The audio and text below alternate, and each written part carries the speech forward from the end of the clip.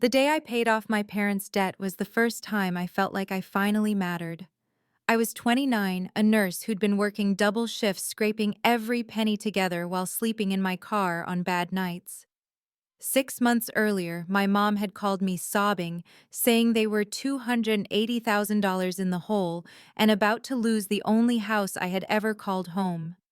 I remembered the porch where I blew out my fifth birthday candles, the stairs I crept down every Christmas morning. I couldn't bear the thought of it being taken. So I drained my savings, maxed out my credit cards, even took out a personal loan. When I walked in with the cashier's checks, my mom fell to her knees. My dad hugged me tighter than he ever had in my life, and they called me their angel, their hero. For one night, I let myself believe it was real, that I was finally loved the way they always loved my brother. But the next evening, when I pulled up to the house, everything was gone. Curtains, stripped driveway, empty flower beds destroyed. On the floor, a single envelope with my name. Thanks for fixing our credit, loser. We moved to Florida with your brother. Don't call. I collapsed onto the porch like a ghost, neighbors waving as if nothing had happened. I wanted to scream, to burn everything down, but instead I smiled, because my parents didn't know I had transferred the deed into my name when I paid the debt. Their sale wasn't valid. Their dream was already ashes. For the first time in my life, I held power. That night, I sat in the hollow silence of the house, the sun dripping like blood across my knees, and I realized I hadn't just lost money, I had lost the illusion that they ever loved me.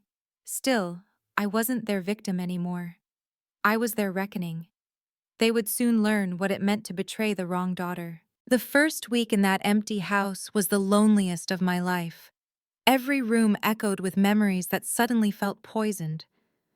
The kitchen smelled faintly of the cinnamon rolls my mother used to make on Sundays, the kind that she swore were our little secret, though she never let me near the dough because I was too clumsy.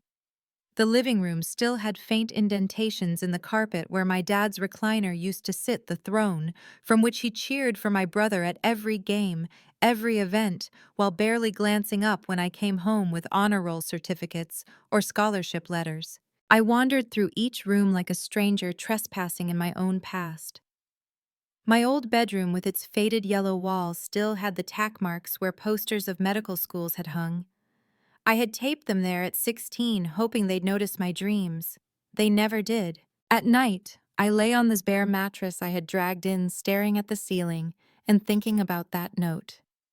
Loser. One word written in my mother's careful, looping handwriting.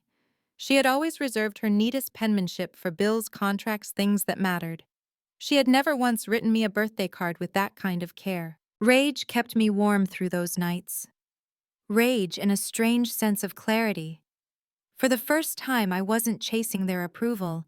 I wasn't begging for scraps of affection. They had cut the cord so violently that I was forced to see the truth. I had never been their priority. I had been their safety net, their scapegoat, their convenient workhorse. When the realtor called 3 days later, it confirmed everything. "We need your signature to finalize the sale," she chirped, clearly unaware of the storm brewing beneath my calm.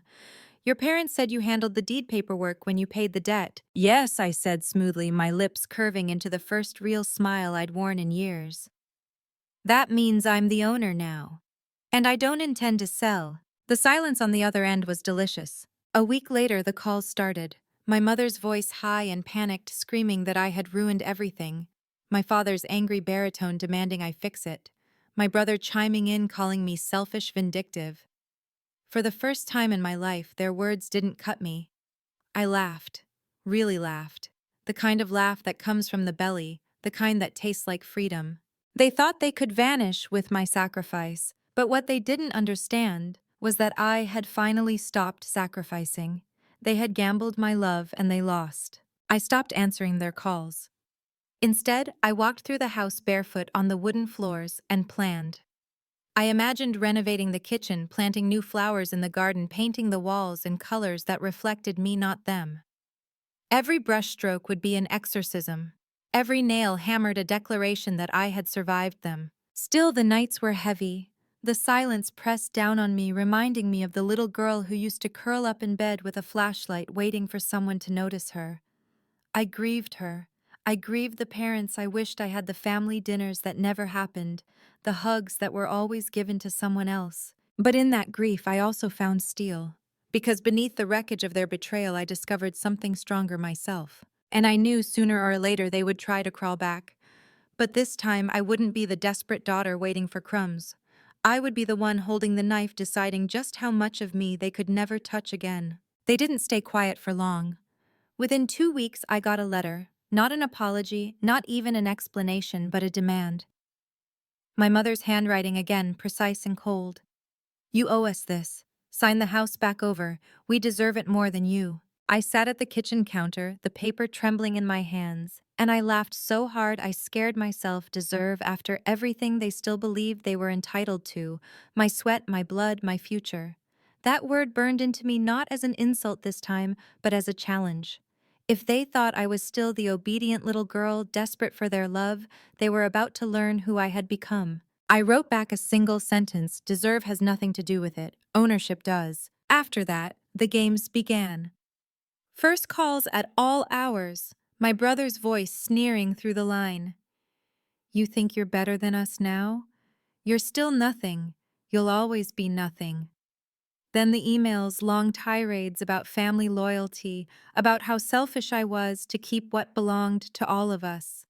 Finally, they sent cousins, aunts, distant relatives, people who never once checked in on me, suddenly showing up at my door begging me to forgive, to reconcile, to do the right thing.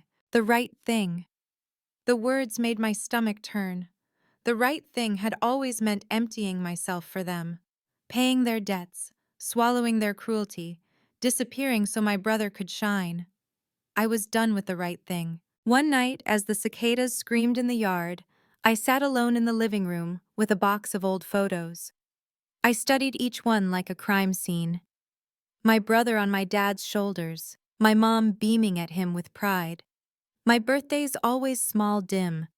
My parents distracted, their eyes never really on me. I had been invisible in plain sight. The ache inside me wasn't just about money or betrayal, it was about a lifetime of being erased. And now, finally, I had the power to write myself back into the story. So I did something bold. I called the bank and refinanced the house in my name alone. I hired contractors to strip the walls, to tear up the carpet, to erase every fingerprint they'd left behind. I painted the porch a bright, defiant red. When neighbors asked if my parents would be coming back, I smiled and said no. This house belongs to me now. And yet, even as I rebuilt, they circled. One evening, my father showed up at the gate, his face red with fury. You're ungrateful, he spat. We raised you. We gave you everything. And this is how you repay us. I looked him in the eye, the girl inside me trembling, but the woman standing there unflinching. You didn't raise me, you used me, and now I'm done. He stormed off muttering curses, and for the first time I didn't feel fear. I felt relief. But deep inside, I knew it wasn't over. People like them don't just vanish. They plot. They scheme, they wait for cracks. I could feel the storm building on the horizon, and when it broke, I would be ready, not as their daughter, not as their victim, but as their reckoning. The storm came sooner than I expected. One afternoon, I arrived home from a shift at the hospital and saw a bright yellow notice plastered on my door. Lien filed. Claim of ownership disputed. My knees nearly buckled on the porch. They were trying to take the house through the courts. Inside, the walls I had just painted seemed to close in around me. My parents had always been experts at twisting reality, and now they were doing it on paper. Their petition claimed I had tricked them, that I had stolen the deed, that I had manipulated them into signing what they didn't understand. Lies stacked on lies, but dangerous ones. I spent sleepless nights with legal documents spread across the dining table, the clock ticking into the early hours. Every page I read felt like a knife reopening old wounds, accusations that I was a thief, a liar, a traitor. It was as if my whole childhood had been rewritten in legal ink.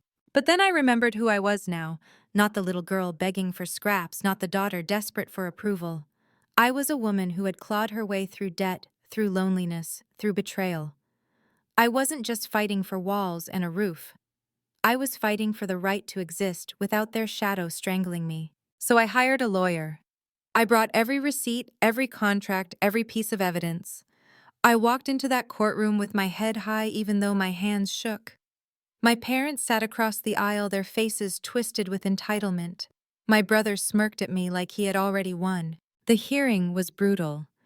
My mother sobbed theatrically, painting herself as the victim of a cruel, ungrateful daughter. My father shouted about sacrifice, about family loyalty. My brother rolled his eyes, chiming in with cutting remarks meant to break me. But then it was my turn.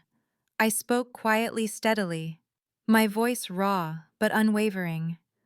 I told the judge about the nights I slept in my car to save money, about the double shifts, the exhaustion, the sacrifices they never acknowledged, about the note they left me after I saved their home, calling me a loser.